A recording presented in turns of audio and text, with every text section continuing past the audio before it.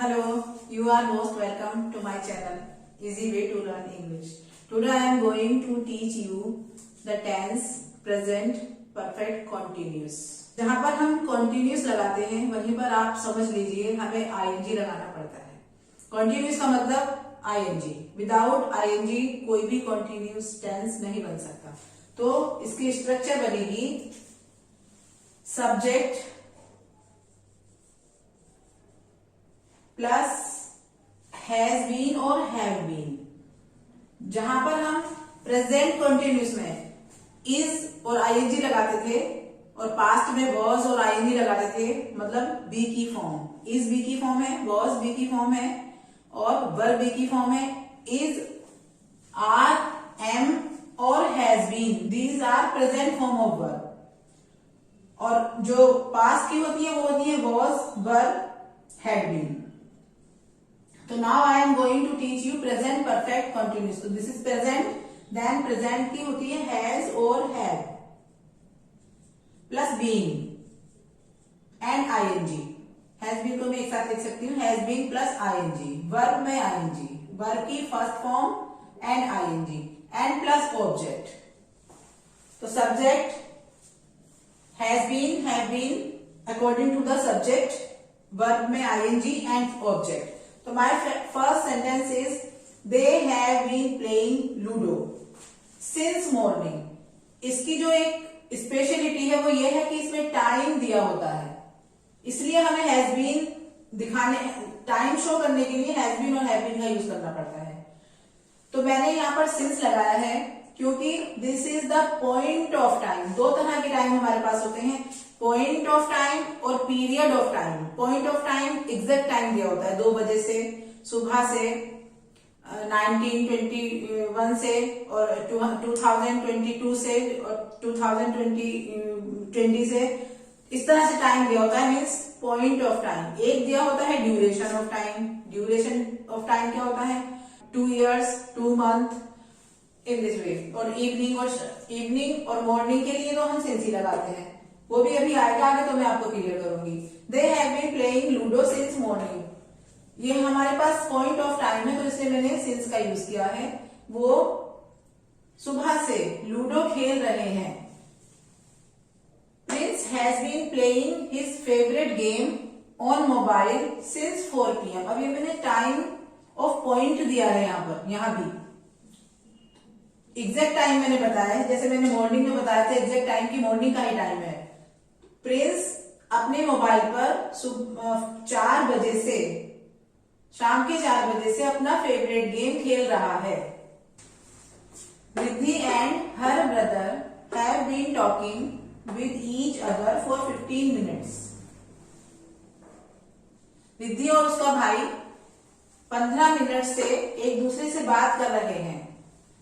Riddhi singular है and her brother also singular, but when they both are coming simultaneously with the conjunction of and, then it will be plural. तो verb will come plural. Have been.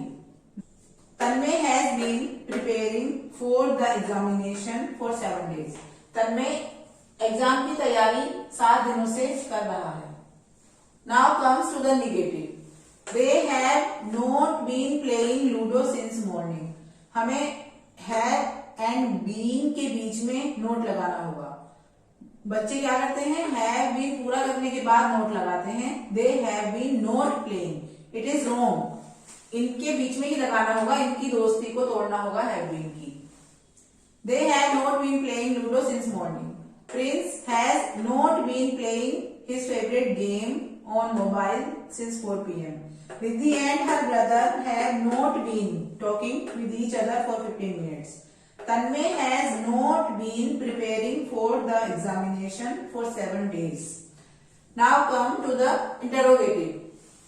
Have को हम लगाएंगे subject से पहले, और जब हम have को सब्जेक्ट से पहले लगाएंगे तो have का जो H है वो कैपिटल बन जाएगा, क्योंकि हम सेंटेंस का फर्स्ट लेटर कैपिटल बनाते हैं. ये रूल सेंटेंस के साथ ही फॉलो होता है. कुछ बच्चे अगर वर्ड्स अपोजिट भी लिखते हैं, इस साइड एंड इट साइड, तो वो क्या करते हैं फर्स्ट लेटर कैपिटल वर्ड का भी और फर्स्ट लेटर कैपिटल अपोजिट का भी.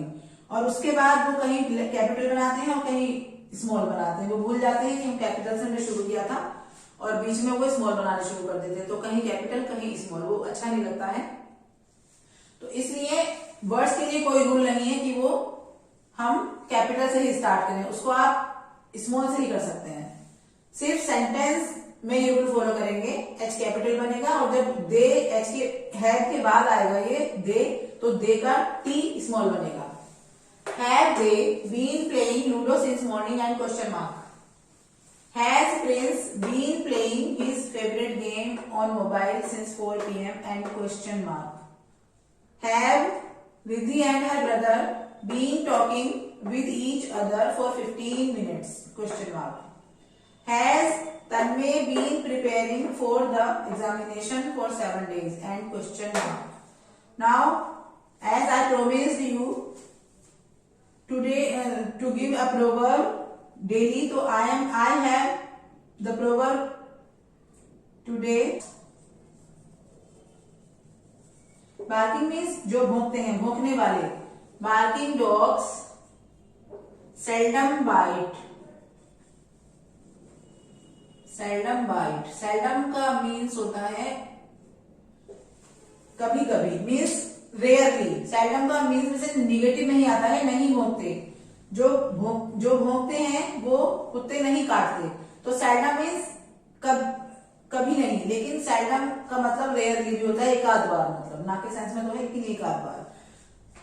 प्रोवर्ब को हम सेइंग भी कहते हैं। इंग्लिश में प्रोवर्ब का मीनिंग सेइंग भी होता है और हिंदी में कहते हैं कहावतें। हिंदी में कहावतें और इंग्लिश में प्रोवर्ब एंड सेइंग, SAYING। तो इसका मीनिंग होगा अकॉर्डिंग टू द प्रोवर्ब, जो गरजते हैं वो बरसते नहीं, जो गरजते हैं वे बरसते नहीं। Barking dogs seldom bite. Now please like my video and share it with your friends and subscribe the channel if you didn't yet, and keep watching my videos and keep washing your hands. Bye. Take care of you.